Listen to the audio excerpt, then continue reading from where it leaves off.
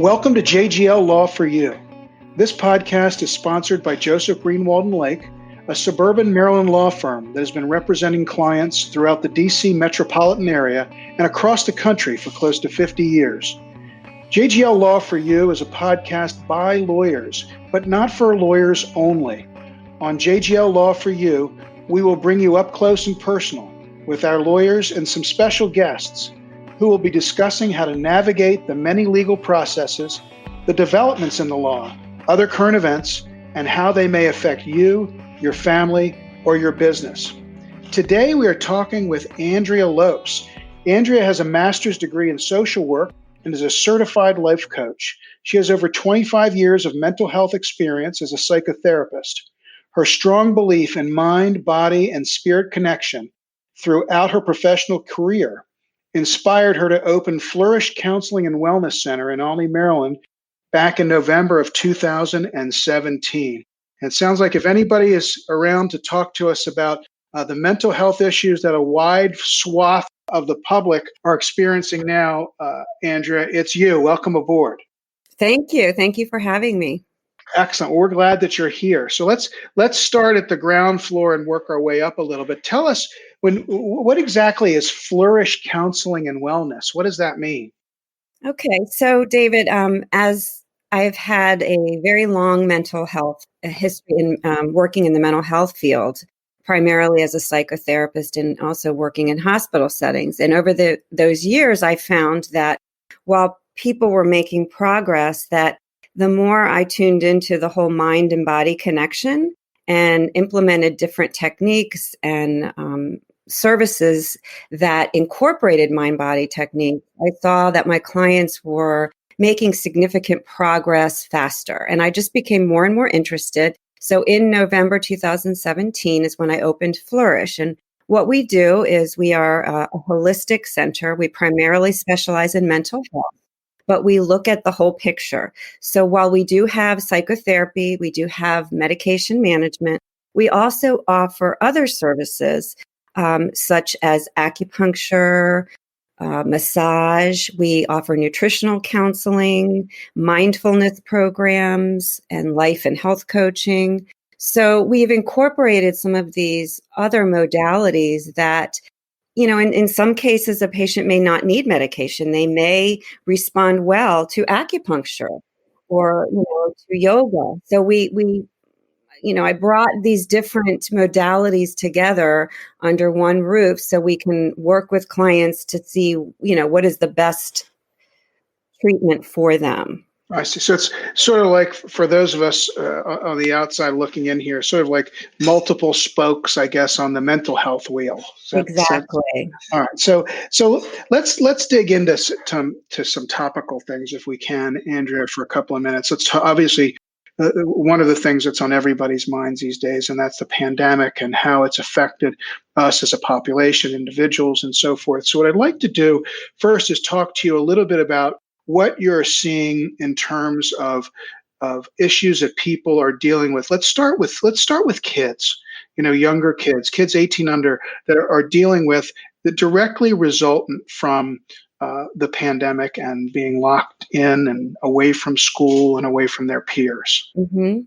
So, well, it's really unfortunate. Number one, we're seeing a significant increase in the number of clients we're seeing that are young. We've always seen a lot of children, but it has, and I did look at some statistics, and between 5 and 11-year-olds, they're saying the Journal of American Medicine saw an increase of about 24% with depression, and between 12 and 17-year-olds, 31%. So there's a lot more kids that are depressed and anxious. And what we're seeing is, these kids that are feel socially isolated, they're not participating in some of the activities that they were participating in that were very significant to them. So if a kid was a baseball player and all of a sudden their team isn't playing anymore and they're not going to school, their socialization is limited to what they do on social media,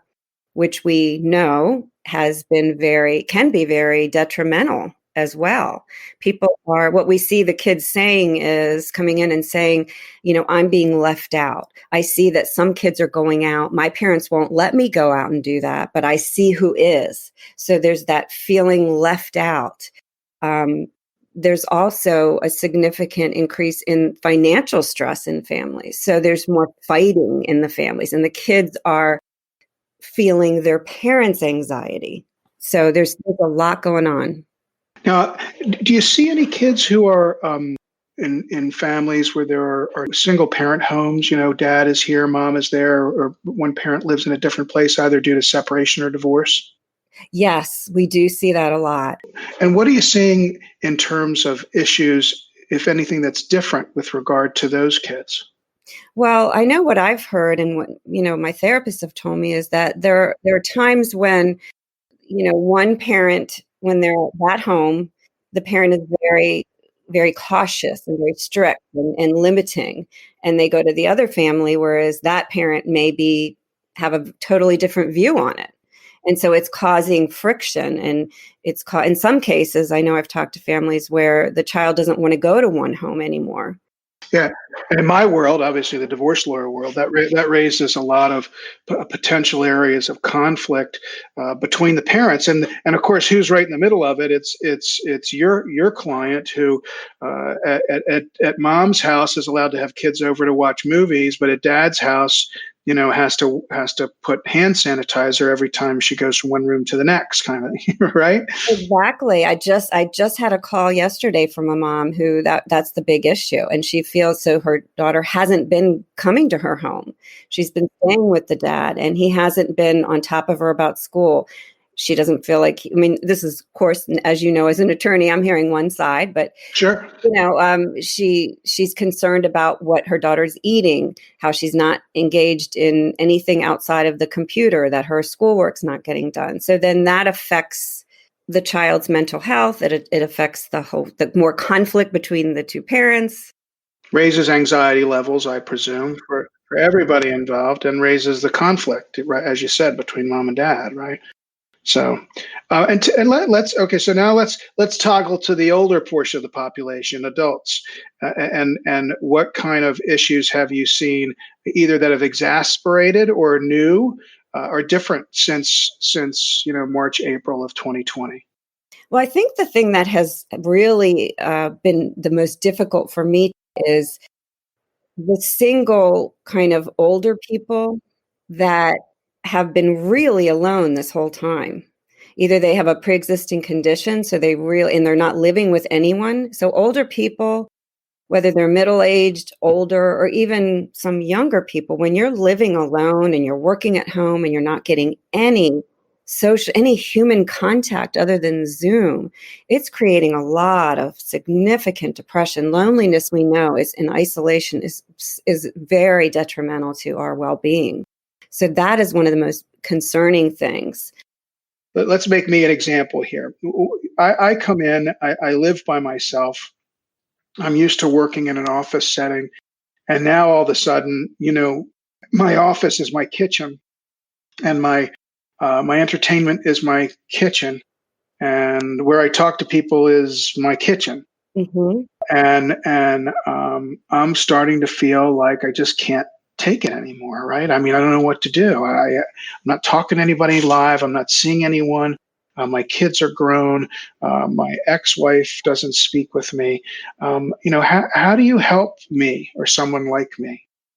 Well, first of all, I guess it depends on the health too. We can always go outside.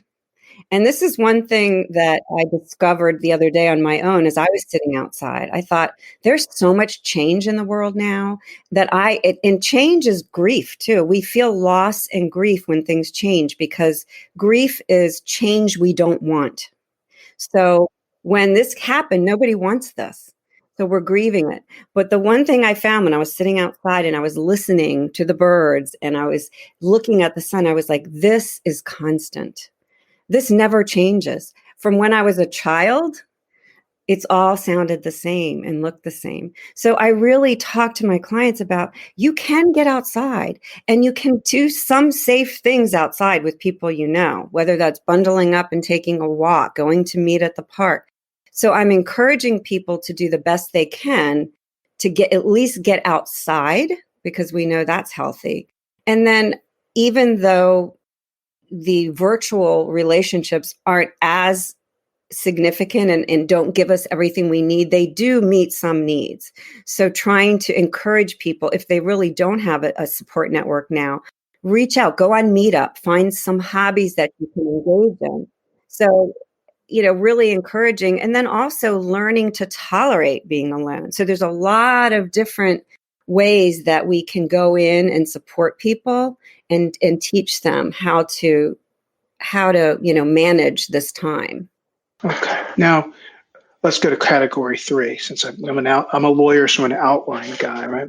Let's talk about couples and people who have, and this is something, as you know, my wife and I have spent a lot of time talking about, and certainly during the pandemic have talked about related to our book and so forth. But let's start with, what kind of stresses are you seeing in relationships between partners? Well, the biggest thing that we're seeing, and I hear this personally too, just from friends and people that I know, is that when both parents, especially if you're looking at parents with children in the home, if everybody's working from home, it tends to, what we're finding that people are saying is that the woman feels that she's being left with the burden of doing the online virtual schooling and handling the things at home, while her husband, now this is not always the case, but sometimes it's the other way around. But there seems to be this inequity of who's shouldering all the responsibilities that have to be managed now when everybody's home. And the animosity, I presume, that arises from that, right? Also, I just keep hearing things like, if I walk in and see him taking a nap on the couch one more time, I'm going to I can't stand it. It's so unattractive, so people are, whatever your perceived flaws are just being magnified 100% because we feel trapped. And how do you help a couple who comes to your office or your therapist, talk to them about how to work their way around those kinds of issues where we're on top of each other, where I don't feel like he or she is sharing equally in the responsibilities, and I'm feeling put upon, right? I mean, that's basically what you're saying. Right. Well, I think you probably know this best because your book was excellent in terms of how to communicate with one another and the different core aspects, conversations. And I think the first thing is just being able to validate each other and say, look, this is really a difficult situation for all of us. And getting support if they need it. If they really feel like it's getting out of hand, well, I'm just saying this to the people out there. If you are struggling, get some support now before it gets worse. So we are finding that, people if they do come to us, they're typically wanting the help. So they're more open to looking at, how can we rearrange the day? Let's look at it. Let's communicate. And I think people are open to that, if they're the people that are coming to us, at least. How about the folks who you just feel like they don't, they're boxed in, they got no space. I turn around, he's there. I go to the bathroom, he's there. I go to the kitchen, he's there. I go to sit on the couch, he's there. And there's this overwhelming, I'm like living with this blanket that I can't take off of me, right? To some degree, right? I mean, imagine you see some of that. Oh, absolutely. And even with kids, everybody, it's like, I don't want to see my kids right now. So we all have to take our space. We all have to be able to say, I'm getting out of the house. And like I say, it doesn't matter the weather. But you can get outside. Going in nature is so healing. And so it gives you this space in front of you where you don't feel so boxed in. But we can find that space within ourselves as well, which is why I encourage couples to meditate together, to practice mindfulness, or to meditate apart. But just, use these different techniques and skills that we know are so helpful in managing our emotions, in relating better with people. So, how a couple who's scratching at each other, tell me a little bit about this practicing mindfulness concept. What does that mean? So mindfulness is basically being in awareness in the present moment without judgment, using all of your senses. So for example, if I'm sitting here and I'll use the example of the woman who said, I can't stand seeing my husband take these naps on the sofa. Okay. So she looks at him. Her first reaction, because we have that physiological reaction, okay, our amygdala is activated when there's something that's a trigger for her. So every time she sees husband on sofa, the cortisol is being released and the adrenaline into her body. It's saying, he's not helping me. He's being lazy. So all this self, right? That's a reactive response. A mindful response would be, I'm observing right now that I'm being activated. I can feel my heart racing. I am feeling angry. Let me see what so basically you're not judging it. You're not saying, oh, I shouldn't be angry, or I'm getting angry. You're not engaging in it. You're noticing it. You're bringing yourself to the present awareness, and you breathe through it, and you don't fight it, but you say, could I respond to this differently? What a great idea. I mean, it sounds, it's a perfect example, right, of how sometimes in life the simplest thing is maybe the most effective, right? It probably would prevent a heck of a lot of arguments. May affect my business a little bit, but I wish I could. It's what it does, though. It's a great technique, but it takes practice, and it's the neuroplasticity of the brain, but we can change it over time with practice. Interesting. So one more question about the pandemic, then I want to shift topics for a second. Any thoughts or concerns that you and your group have in terms of what you may see when this passes, right?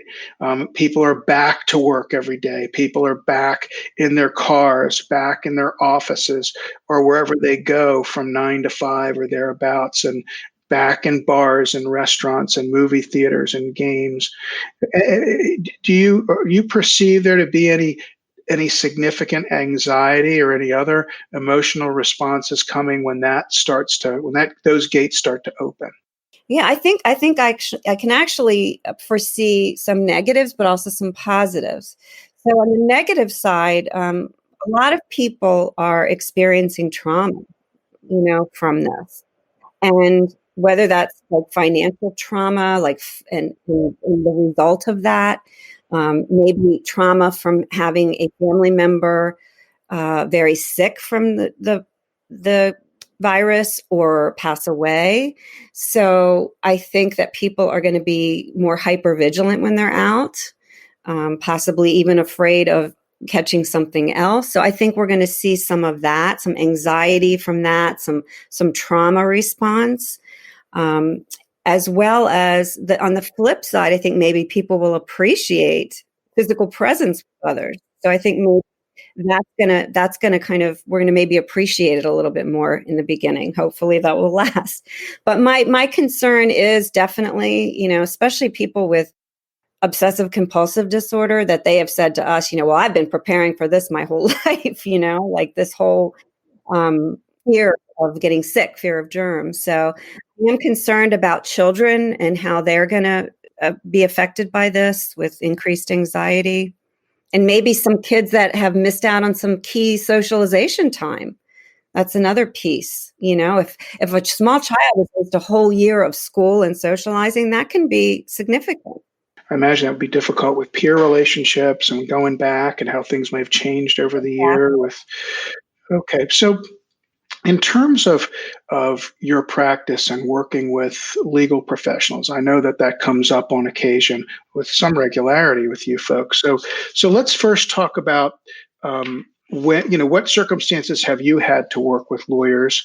And I'm going to ask you a couple of questions. I'll probably interrupt you 3 or 4 times. So let's talk briefly about that. Well, over the years, I've worked with best interest attorneys for children as well as attorneys for both sides. So I think that's our biggest struggle is when we're working with a family, obviously the child's best interest is what's most important to us. I mean, and we want to make sure that their best interest is at heart. Yeah, so just to interrupt you for folks out there who are listening, in the state of Maryland, other states have they call them different things. In the state of Maryland, there a court can appoint a lawyer in contested custody matters as what's called a best interest attorney. There can be other appointments as well, and that best interest attorney, his or her responsibilities are multifaceted, but one of them essentially is to represent a minor, someone who can't represent him or herself. Now, when that child comes to see you, Andrea, and you're seeing that person therapeutically, just like an adult, right? Your 17-year-old client has a privilege, right, with you. Absolutely. And let's talk briefly about what's that privilege.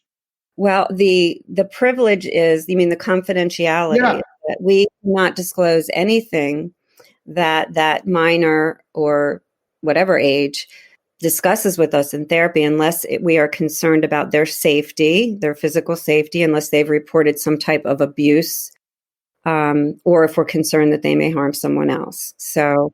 Oh, yeah. So the difference between a minor and an adult here, right, is that an adult, if someone calls you and says, I want to talk to you about what you're doing with Joe, and Joe is a 40-year-old man, and Joe says to you, yes, that's fine, and signs some sort of release and says, yes, you can talk to Dr. Smith or whomever, then you can talk to that person, right? I mean, you can be authorized by that adult, but the difference is, right, a child doesn't have the authority to authorize you to talk to a grandparent or a lawyer or someone else, right? Right. The parent would give us that. The parent would have to, but if you're in a contested divorce situation and you're seeing this 17-year-old child who one parent wants you to talk to their lawyer, the other parent's telling you not to talk to anybody, the child doesn't have the capacity to waive that privilege like your 40-some-year-old client. So you're in a bit of a pickle in that circumstance. So when there's a best interest attorney, Andrea, right, that's someone who's been appointed by the court, as you know. And since a child doesn't have the capacity to make a decision as to whether or not you, as his or her therapist, can talk to the lawyers or to anybody else, that lawyer's appointed to do it. Absolutely. So you have to have a pretty heart-to-heart discussion, I assume, with that lawyer in that contested custody case as to whether or not your privilege with your 17-year-old should be waived. Yes. Yeah, and I imagine that puts you in a difficult spot.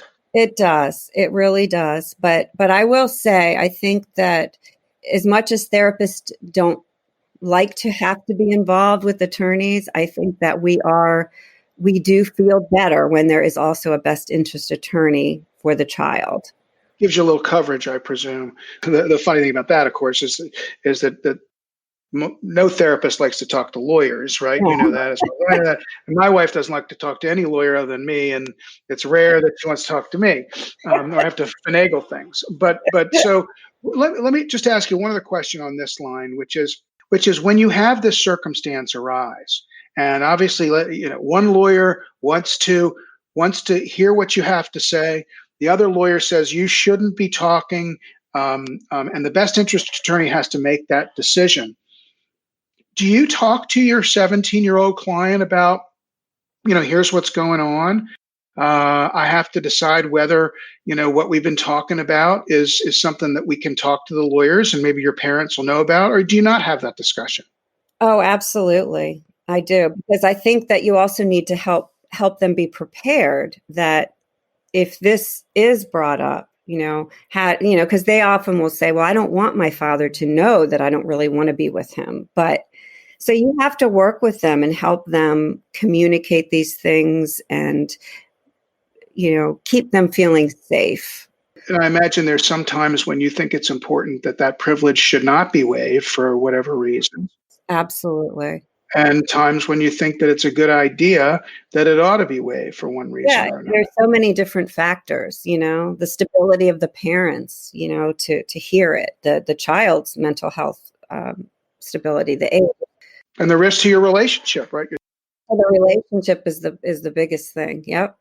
Now tell me briefly, if you could, I know you do this life and business coaching, which struck me as interesting, because I know some folks that I work with that could use a little time management, organizational skills. So tell me a little bit what that is and how you help either a professional or someone out in the workplace. Sure. So I got into coaching a couple years ago. I found that it was just a real strength of mine to help people, particularly that are going into some type of life transition, experiencing a life transition, helping people, whether it's changing careers, changing the direction of their life. Their children have moved on, so they're ready to start something new. And I just find that very exciting. I've got lots of experience in business, opening my own businesses. So I've helped a lot of people that want to kind of launch on their own. But also things like life balance, helping people with performance. I do some performance coaching because I'm trained in different techniques that can help people enhance their performance in either sports or work or just confidence. So there are a lot of areas with the coaching that I'm really able to support people in whatever place they are in their life, whatever part of their journey. And finding a balance these days between work and family and love and romance and spouse and all of that is probably not the easiest thing for a lot of people. Creating balance is difficult, but it's such a key to being healthy and well. All right. Well, Andrew, I want to thank you so much for joining us today on JGL Law for You. Before we sign off, what's the best way for folks to reach you if they have more questions, want to talk with you, meet with you, or one of your mental health professionals? Sure. My website is flourishcounselingandwellness.com. And our number is 301-570-4050. So they can either call us or get on the website, and we've got forms to fill out on the website as well. flourishcounselingandwellness.com. All right, Andrea, thanks again so much for coming aboard. Thanks to all of you for listening in, and I hope you join us for our next episode. I'm David Bullitt, and this is JGL Law for You.